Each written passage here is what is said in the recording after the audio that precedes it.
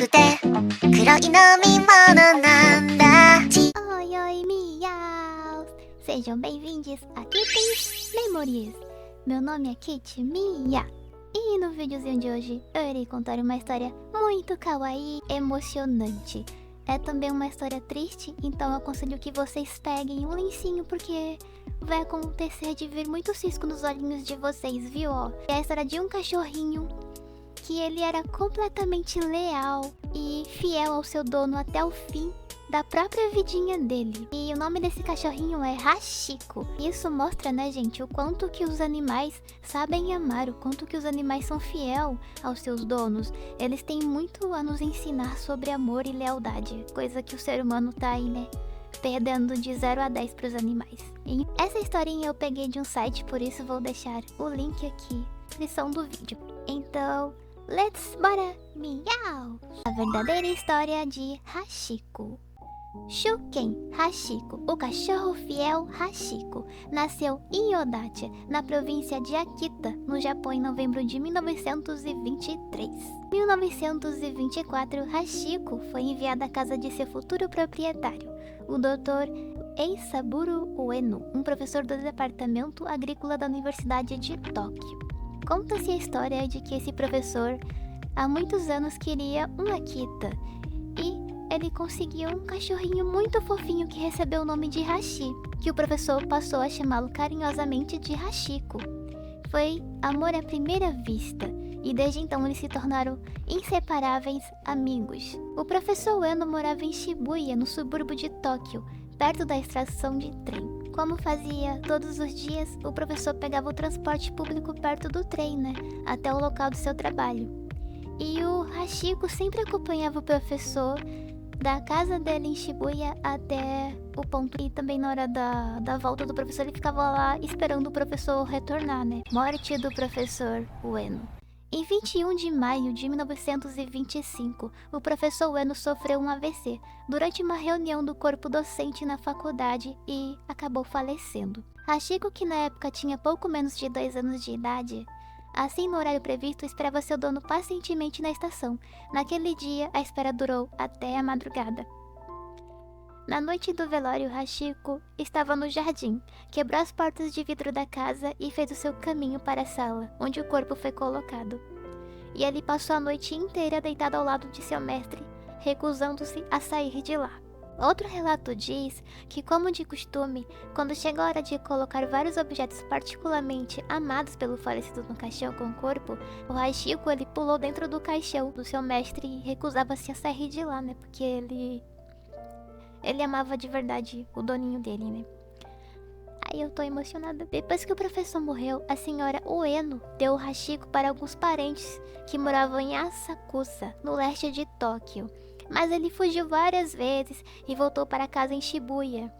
Um ano se passou e ele ainda não tinha se acostumado à nova casa. Foi dado ao ex-jardineiro da família que conhecia Hachiko desde que ele era um filhote. Mas Hachiko continuava a fugir, aparecendo frequentemente em sua antiga casa. Assim, depois de certo tempo, aparentemente Hachiko se deu conta de que o professor Ueno não morava mais ali. Hachiko, à espera do seu dono na estação de trem. Depois da morte de seu dono, todos os dias, o Hachiko ia até a estação de trem de Shibuya na esperança de que seu dono retornasse, mas ele nunca retornava, então ele ficava procurando seu dono entre os passageiros e nunca o achava. Ele só ia embora de lá quando ele sentia fome. E isso foi dia após dia, ano após ano. E as pessoas, percebendo que o cachorrinho estava ali todos os dias no mesmo horário esperando o seu dono, eles começaram a trazer comidinha, começaram a trazer petisco. E em 1929, Hachiko contraiu um caso grave de sarna que quase o matou. Devido aos anos passados nas ruas, ele estava magro e com feridas das brigas com outros cães. Uma de suas orelhas já não se levantava mais. Além disso, ele já estava com uma aparência miserável. Então, um dos fiéis alunos de Ueno viu o cachorro na estação e o seguiu até a residência dos Kobayashi, onde aprendeu a história de vida de Hachiko. Coincidentemente, o aluno era um pesquisador da raça Akita, e logo após seu encontro com o cão, publicou um censo de Akitas no Japão. Na época havia apenas 3 Akitas, puro sangue restantes no país, incluindo Hachiko, da estação de Shibuya. Então o antigo aluno do professor Eno retornou frequentemente para visitar o cachorro durante muitos anos e publicou diversos artigos sobre a marcante lealdade de Hachiko. Hachiko nos jornais. Sua história foi enviada para o Asahi Shimbun, um dos principais jornais do país, que foi publicada em setembro de 1932. O escritor tinha interesse em Hachiko e prontamente enviou fotografias e detalhes sobre ele para uma revista especializada em cães japoneses. Uma foto de Hachiko tinha também aparecido em uma enciclopédia sobre cães, publicada no exterior. No entanto, quando o grande jornal nacional assumiu a história de Hachiko, todo o povo japonês soube sobre ele e se tornou uma espécie de celebridade, uma sensação nacional. Sua devoção à memória de seu mestre impressionou o povo japonês e se tornou modelo de dedicação à memória da família. Pais e professores usavam Hachiko como exemplo para educar as crianças. Assim, em 21 de abril de 1934, uma estátua de bronze de Hachiko, esculpida pelo renomado escultor Teru Ando, foi erguida em frente ao portão de bilheteria da estação de Shibuya, com um poema gravado em um cartaz intitulado Linhas para um Cão Leal. Sim, a cerimônia de inauguração foi uma grande ocasião, com a participação do neto do professor Ueno e uma multidão de pessoas. Morte do Hachiko. Hachiko envelheceu, tornou-se muito fraco e sofreu de problemas no coração. Então, na madrugada de 8 de março de 1935, com a idade de 11 anos e 4 meses, ele deu seu último suspiro no mesmo lugar onde por anos a fio esperou pacientemente por seu dom. A duração total de seu tempo de espera foi de 9 anos e 10 meses. A morte de Hachiko estampou as primeiras páginas dos principais jornais japoneses, e muitas pessoas ficaram inconsoláveis com a notícia. Um dia de luto foi declarado. Seus ossos foram enterrados na sepultura do professor Ueno no cemitério Aoyama Minama Aoyama Minatoku, Tóquio. Sua pele foi empalhada para conservar-lhe as formas e submetido a substâncias que isentam de decomposição. Por fim, o resultado deste maravilhoso processo de conservação está agora em exibição no Museu Nacional da Ciência do Japão, em Ueno. Alguns autores dizem que Hachiko está no Museu de Artes de Tóquio. Estátua do Hachiko. Durante a Segunda Guerra Mundial, para aplicar no desenvolvimento de material bélico, todas as estátuas foram confiscadas e derretidas. Infelizmente, entre elas estava a de Hachiko. Em 1948, formou-se a entidade organizada em prol da recriação da estátua de Hachiko. Takeshi Ando, o filho de Teru Ando, foi contratado para esculpir uma nova estátua. Em 1988, também uma réplica da estátua de Hachiko foi colocada próxima à estação. A história de Hachiko atravessa anos, passa de pai para filho, sendo até mesmo ensinada nas escolas japonesas.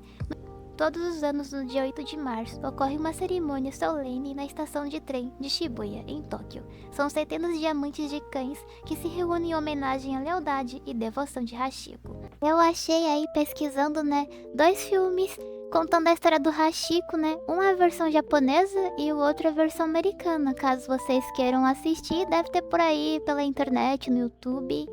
Com certeza deve ser uma história emocionante. Se eu não me engano, também tem um livro. Se eu não me engano, não sei, não tenho certeza. Então esse foi o videozinho, miaus. Essa foi a história emocionante do Hachiko, um cachorrinho que foi extremamente leal e esperou o doninho dele até os últimos diazinhos de vidinha dele, É uma história muito fofinha que mostra o amor verdadeiro, mas também é uma história triste porque o Hachiko viveu baseado em esperar o doninho dele retornar, mas que nunca aconteceu.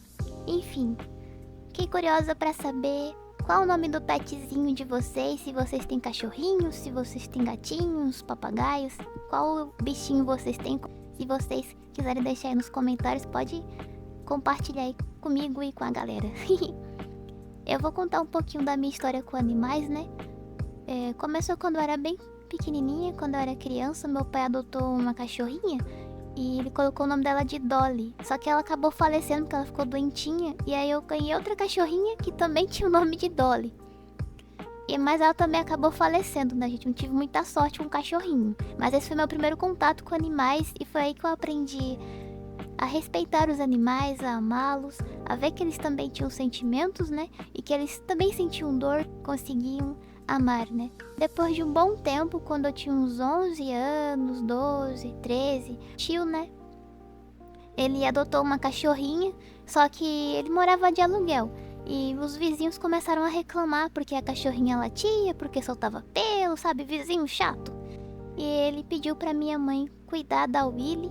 Pediu pra eu cuidar da Willy, né? Que ele daria a raçãozinha dela, daria o shampoozinho pra dar banho. E sempre iria estar visitando ela. De fato, ele fez isso, né? Eu fiquei como babá da Willy.